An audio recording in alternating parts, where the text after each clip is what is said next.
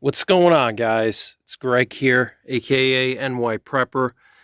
Just wanted to show you the PCV reroute that I did on my LBZ Duramax.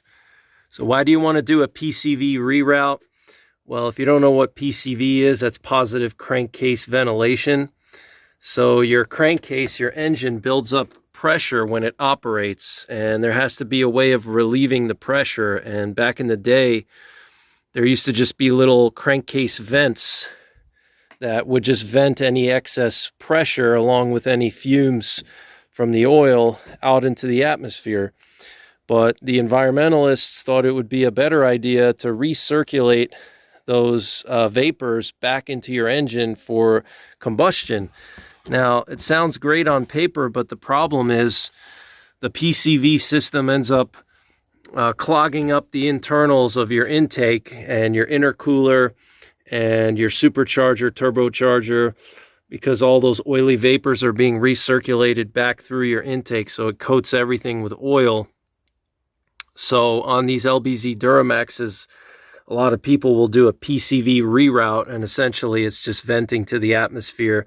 So you're basically removing the factory PCV system and you're replacing it with just some hose that just vents it to the atmosphere. You can install a catch can as well. It is a little bit crowded in the engine bay here for me to install a catch can. So I was initially going to do a catch can just to catch the vapors and the little oil drips, but there's really just not a lot of space here to mount a catch can. Plus a catch can draws attention. Versus just running a hose down to the ground is more discreet. So I want to just show you guys what I did. So removing the factory PCV pipe was not too bad. The hardest thing was installing the hose right there. You can see the aluminum PPE crankcase vent right there. There's a bolt right there, and then you gotta run your hose on top of that crankcase vent and then bolt it down. It's a really tight space, as you can see. What I ended up doing was I had to unscrew this pipe here and move the pipe out of the way, and that let me install that PPE nipple, and then with the hose connected to it, I ran my hose like so near the intake, and here's where the turbo resonator used to be. I capped it. I basically ran it right near that cap, and then this truck does have an EGR delete on it. As you can see, the delete pipe right there, and no EGR cooler, so I basically ran it behind the delete pipe, and I put a three-way T-fitting, and then there's another vent right there. I used the PPE vents. They were like 25 bucks, high quality aluminum, and those bolts are not bolted super tight, so you don't want to bolt too tight because you could, break the screw or break the bolt. So you just light hand pressure, that's it. The factory bolts were not even super tight at all, okay? And you do want to lube up that crankcase vent from PPE before you stick it in. Lube up the O-ring and put a little hose clamp around the end. So I ran the hose there, and then that came to my T-fitting right here. As you can see, I used double hose clamps because the T-fitting is so long, just to make sure it was secured properly. And I just zip tied it to my intake horn right there. And then basically that takes care of the vapors from driver's side and passenger side. They're both coming to this T-fitting.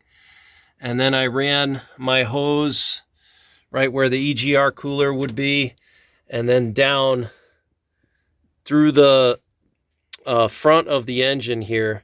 Okay, as you can see, there's the coolant pipe right there. It went right under the coolant, in between the coolant pipe and the AC line right there.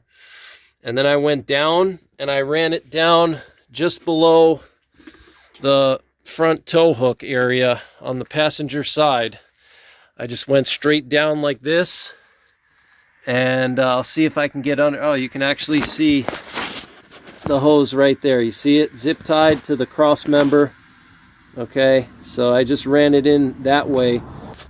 Just use a strong zip tie to zip tie it to the cross member.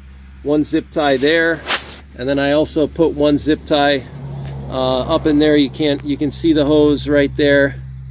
I went over this mount here for the tow hook, and then I zip tied to the bottom of the I think it's either the radiator hose or the delete pipe.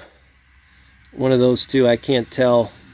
Kind of in a rush now because it's supposed to rain, but pretty much just ran it straight down to the front. I know a lot of guys like to run it through the wheel well. I don't like that idea, simply because when you're doing a lot of off-roading like I do, kicks up a lot of mud, and you know, driving in the rain, water and stuff, it's gonna that hose is gonna take a beating over there in the wheel well.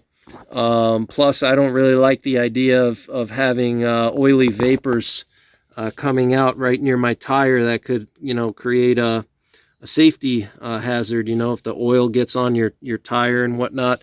So I prefer to just run it this way. You know, best thing to do is just lay down, feed the hose straight up through here, and run it straight up through here. As you can see, zip tied it to the EGR delete pipe, and then two zip ties here to the intake horn, and then I also zip tied it over there to this little bracket. I'm not sure what that bracket's for, but I zip tied it right there so it wouldn't rub up against the cap. I had to cap the PCV, so that's where the inlet would be for the PCV vapors, rather than going down to the front of the truck like I have now. They would go back through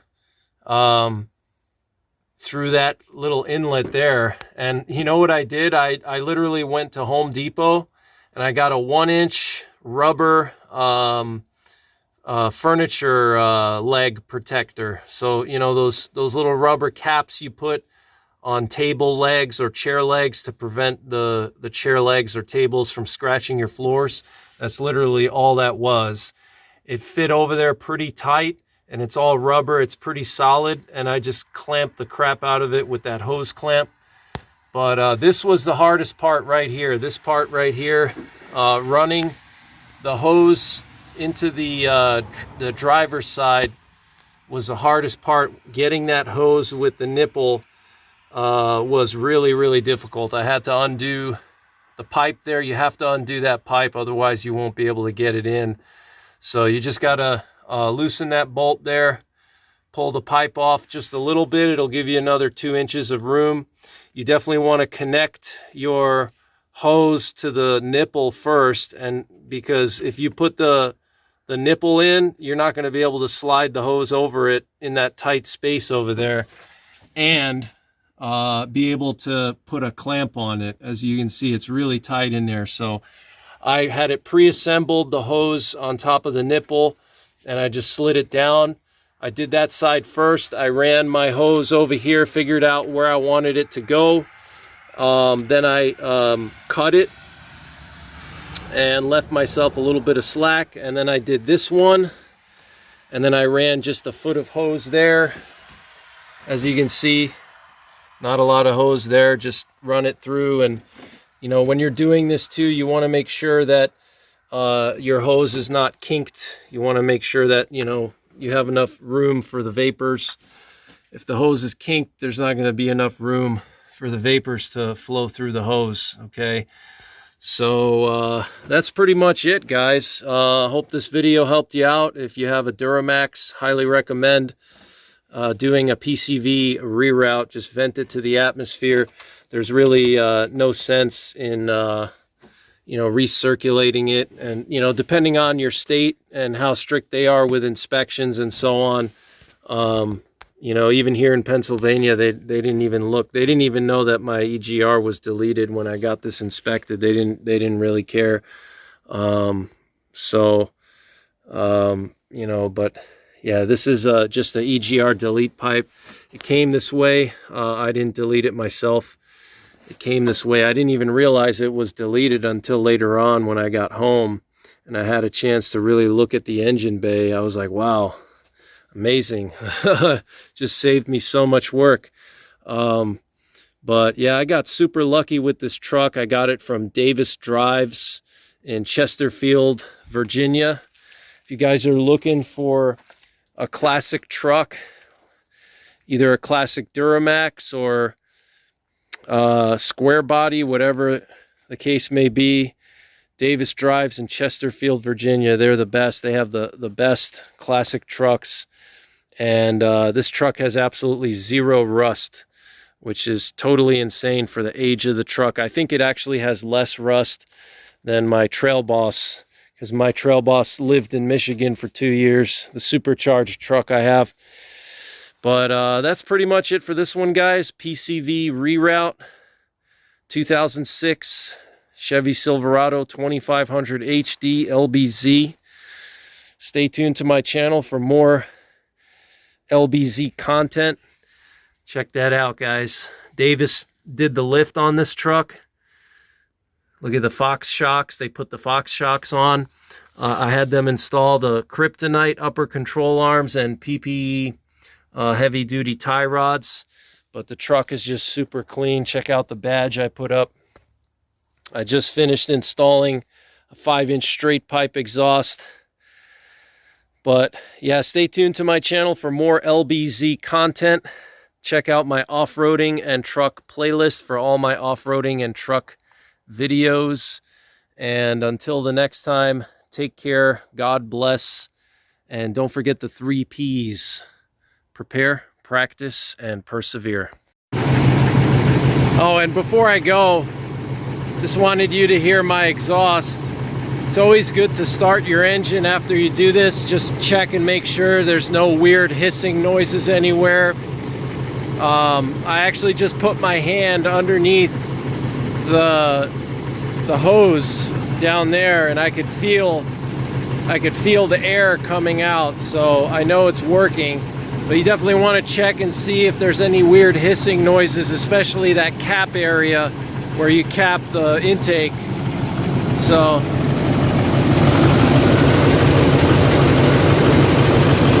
sounds good.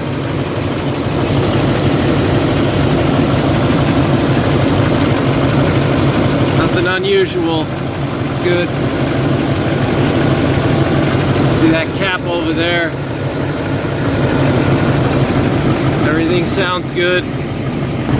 So if I put my hand under here, you should be able to feel like some air. You can feel like a little air. It's almost like a little fan. That's how you know you hooked everything up right. You can feel that air coming in. Now in the winter time, you got to watch out because this could freeze. This tip can freeze with moisture. So some people will cut like a relief cut somewhere further up the hose in case this gets plugged up with ice. It'll still be able to vent out. Otherwise you could blow a seal out. But yeah, I know it's working. So far no check engine lights. Obviously I have the truck tuned with the DSP-5.